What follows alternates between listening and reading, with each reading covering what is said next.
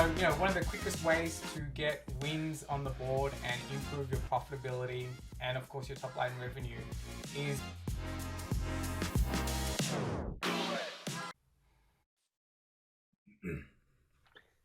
Hi everyone, welcome back to the new episode of Ecom 365. I'm co-founder and CEO of ShopAgain.in. For this episode, I have a new guest with me. Alvin is a pharmacist from Melbourne, Australia. As a pharmacist, you are trained as a clinician, not how to run a business, but with the help of mentors and his appetite for adventure.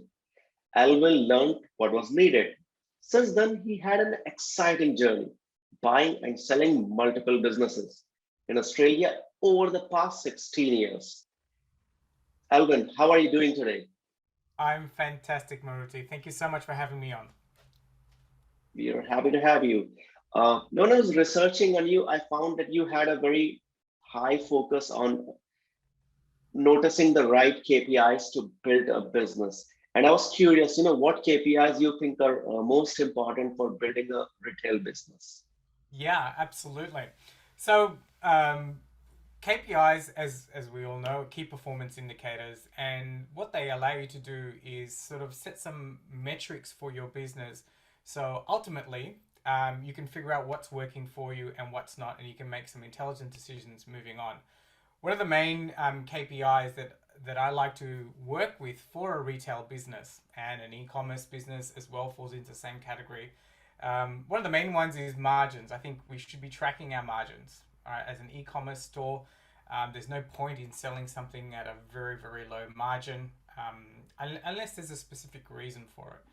And keeping a track on our margins is one of the big KPIs that I recommend that we track. The other one that's super important for retailers, including online retailers, is your average dollar sale or your average sale per customer. So, one of the quickest ways to get wins on the board and improve your profitability and, of course, your top line revenue is by focusing on strategies to increase your average basket size, is what I'm talking about. So that's something that I think is important that we track. And the third thing, depending on the size of your e-commerce business, the third thing I like to track is your wages, or how much you're spending with your human resources. Most people who are running e-commerce stores, it's usually just them, but also more than likely you've probably got a team of virtual assistants, people doing your marketing or updating all your inventory SKUs as well. When I work with my clients, that's something I like to keep a track on as well, just to make sure that we're not going overboard and we're spending our money within reason based on the income or the revenue that's coming in. Uh, Absolutely, I agree with you, Alvin. Especially, average revenue per customer is a very big and very important metric to notice. Now that cost of acquisitions have become, they're just rising, right, with every quarter. And if you don't track that and you don't make sure the margins are good, that's a recipe for disaster. Absolutely. And one of the great things about e-commerce is, there are so many ways now within the software platform that you're using or within the sort of architecture of your shop that you can, prompt your customer or your client to upgrade their basket size. You can obviously also you can have recommended products, and there's so many little things that you can do. And what I think a lot of business owners and retailers forget is, it doesn't need to be that big. Just a 1 or 2% increase in your basket size, which Yeah, seems like very little, but if you multiply that out over how many customers you sell to in a day versus how many days are in the year, it adds up, and all of yeah, that just goes straight to your bottom line.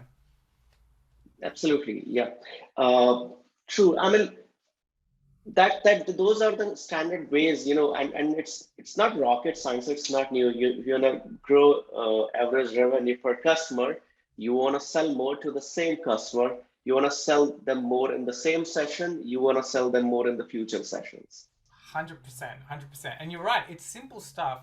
But what I find, and I did the same thing when I was running my businesses and the clients I work with, we often forget about the simple stuff. It's so much easier and funner to get caught up in all the latest marketing strategies. I want to try what this guru says. I want to try this advertising platform, and I used to do all that kind of stuff as well. until I realized, until we get the fundamentals put to bed and the basics, it can be really easy to grow your business. Yeah. No, you're right. This happens a lot, especially the point you mentioned about being caught up in the latest frenzy. That's a real thing, and I see too It many is. businesses doing that as well. Yeah, I see that all the time. My clients do it all the time. I did it. When I was running my stores and even my omni-channel online division as well. Yeah, I mean, when you're an entrepreneur and you're really excited and you just want to grow your business, and certainly you and quite often you're just focusing on that top line revenue, and we often think, I don't know why, but I guess because we're conditioned to that, the only way to do that is with marketing. And marketing certainly is a really important thing. And there are other strategies as well. But, if we just come back to the fundamentals of business, and keep it simple and start there.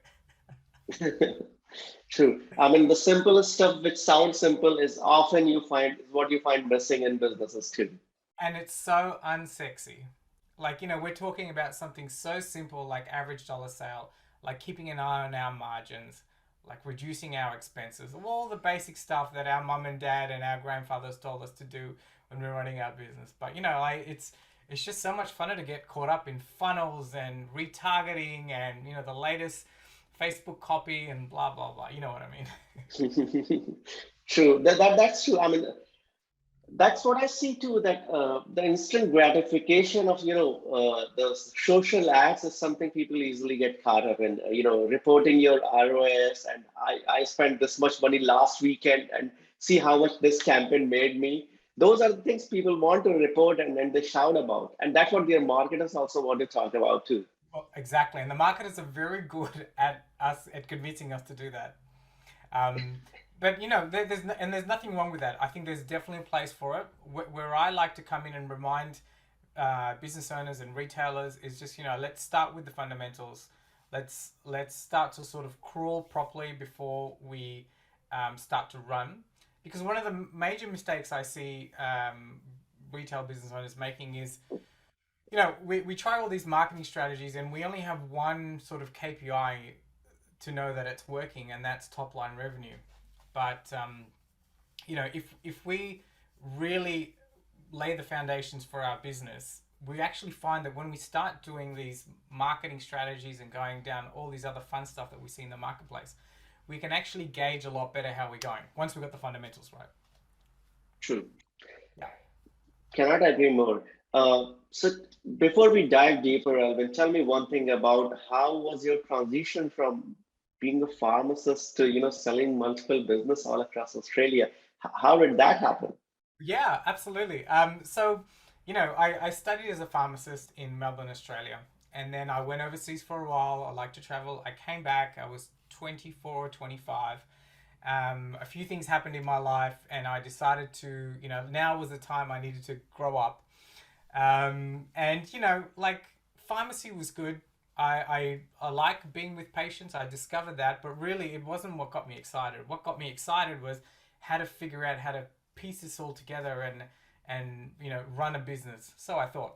So long story short, I managed to get into a pharmacy partnership and I met up with some really great partners. And then from there, it really got interesting for me because then it became all about how do I grow these businesses. I was quite young, I was 27 or 28, obviously very hungry, different mindset when you're young, you're just really chasing the cash. And that was probably a journey, definitely a journey I needed to go through. So from there, obviously I had no business training. I had some great partners who had some experience, they were older than me. But really, I was just sort of fumbling my way through it until I realized, there's got to be a quicker way. And that's when I started to use business coaches myself. I got in touch with mentors, and I just started asking everybody who was running businesses how to go about doing things. And that's where I started. So eventually, we bought and sold, and then eventually I had a pharmacy on my own, a large one, and then I sold that before we moved from Australia to Germany. Interesting story. Uh, you have a very high focus on businesses being careful about their cash flow, tracking it, increasing it with time. Do you want to elaborate more on that? How to go about, tracking it and how to increase it then? 100%. So one of the major mistakes I see business owners making is like, we find ourselves, and retailers, right? We find it as, and online retailers, we're all in the same boat. We find that we're, you know, running out, a lot of us find we're running out of cash, either on a monthly and a weekly basis, but it sort of doesn't make sense. Like, I'm taking in all this money, the accountant or the bookkeeper says I'm making money, but where is all the cash going? And that was one of the things that happened to me early on in my business career, especially when I was growing rapidly. Because as your business grows, your revenue goes up, you find you're spending money on stock. And it's just that balancing act that nobody really told me. And most business owners nobody tells them, nobody goes to school to learn this thing. So the best way to do it is to track your cash flow.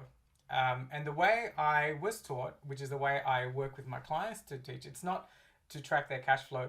It's slightly different to the way your accountant would produce a cash flow statement. So they would produce a cash flow statement maybe every quarter. If you have a bookkeeper, maybe they might give you a cash flow statement every month if you're lucky. But what I was doing and what I recommend my clients to do is to actually track their real-time cash flow weekly. And it doesn't seem as hard as it should be. Just tracking it weekly, you will get such greater insight into the optics of your business, into what's happening, what's going in, what's going out. And it doesn't need to be complicated. It's just a simple Google sheet or an Excel spreadsheet, just tracking all your cash in, cash going out, your expenses that you've paid the previous week, and looking at it every week. I think that's one of the major things. One of the major stumbling blocks is, business owners, retailers, they think it's too hard or it's too scary or they don't know how to do it. And just by simplifying it and doing it weekly, it's like you're wearing X-ray glasses. Your eyes will just open up to what's going on in your business. Okay, makes sense. Focusing on your top line is more a bigger KPI, which obviously is important, but then delving deeper into these small metrics and over a smaller time window also gives you a lot of insights into things which you will miss otherwise if you're looking at only quarterly reports. Yeah, I think as retailers, I think quarterly is too late. Especially in retail and e-commerce, things change all the time. If you're selling products, product SKUs, trends in the marketplace, they change all the time, and so you need to be on top of it. And the other thing is, if as a retailer, if you're looking at your cash flow weekly, you can make some really intelligent decisions. For instance, if you're looking at, okay, I've got a little bit of excess cash, perhaps I want to buy this software upgrade or this cart upgrade for my store. And okay, you might spend that 5-6 grand now, for instance, in setting it up, but how does that impact your cash flow 8 to 10 weeks down the track? You might find like, oh my God, where's all that money gone? And you sort of haven't factored that big purchase in now and how it will impact you later on down the track. Having a recording system and a forecasting system just sort of, gives you that little bit of foresight into the future on the impact of the decisions that you're making now.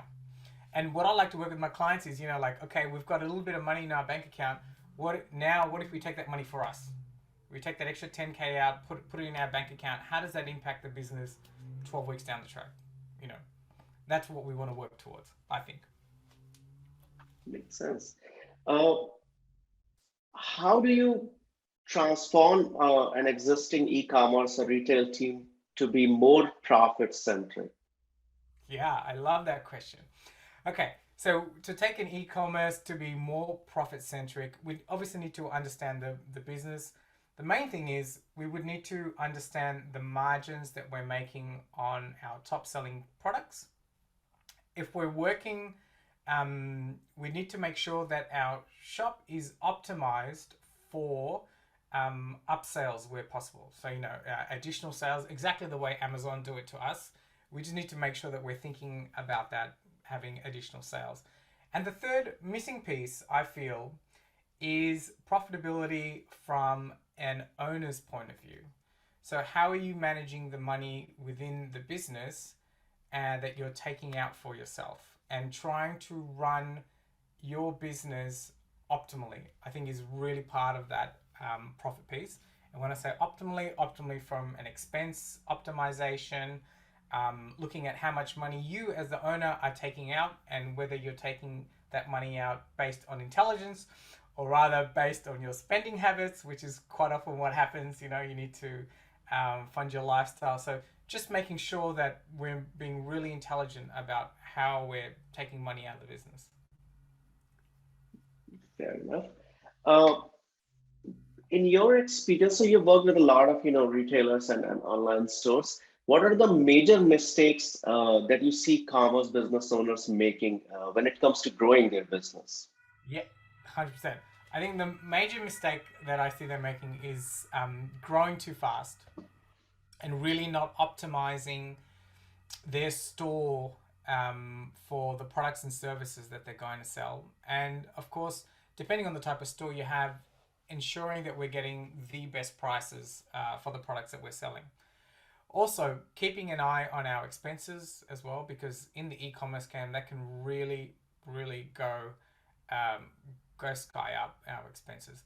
And so, sort of, there's in the e-commerce game, there's a sort of a almost like a startup mentality where we just really plug all the money in to set the business up and to really get it flying forward, which is great. But I think we need to find that balance of ensuring that we're getting enough return on our investment, that we're tracking towards profitability and optimizing as we go rather than spending a whole heap of money in the beginning. I think that's a great point, Alvin. I see a lot of startups doing that mistake too. Raise a lot of funding and try to scale sooner than you actually should before getting your business basics right, before getting product market fit. And scaling too soon often makes those leaky holes bigger, and it becomes a Oh, problem for a that's sustainable business. That's a great example. I'm going to steal that. Yes, it does. It does make your leaky holes a lot bigger. And quite often when you're starting an e-commerce business, the metrics of high revenue almost blind our judgment to what it's really all about. Well, I think anyway. And if you're, an e-commerce owner, a single business owner, it's really about profits and how much you're going to actually take out of the business. How is that business going to fund your lifestyle? And it's really easy to say we're going to just pump everything and have a high turnover business with low profit, and really at the end you're just doing it for what? Absolutely. Um, I think your approach is very pragmatic that, building a sustainable business is about noticing the right KPIs from the beginning and don't get caught up in all the noise about reporting the best metrics, every week, reporting your growth every week.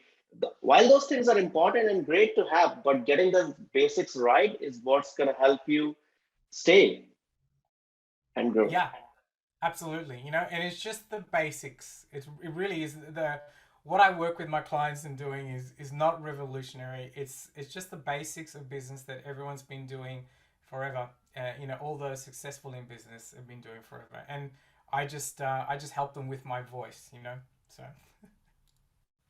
Uh, Thanks for joining us, Selvin. You have had one hell of a journey from being a pharmacist to business owners, selling multiple businesses, and now helping businesses grow sustainably and helping them succeed. That's amazing. I think our viewers can learn a lot from your journey. Finally, to our audience, if you have any questions about e-commerce, paid acquisition, marketing, retention, or development, email us at ecom365 at shopagain.io, and we will have them answered by an expert in the future episodes. This episode was sponsored by ShopAgain.io, an AI-powered customer retention platform for e-commerce. Thank you for joining us.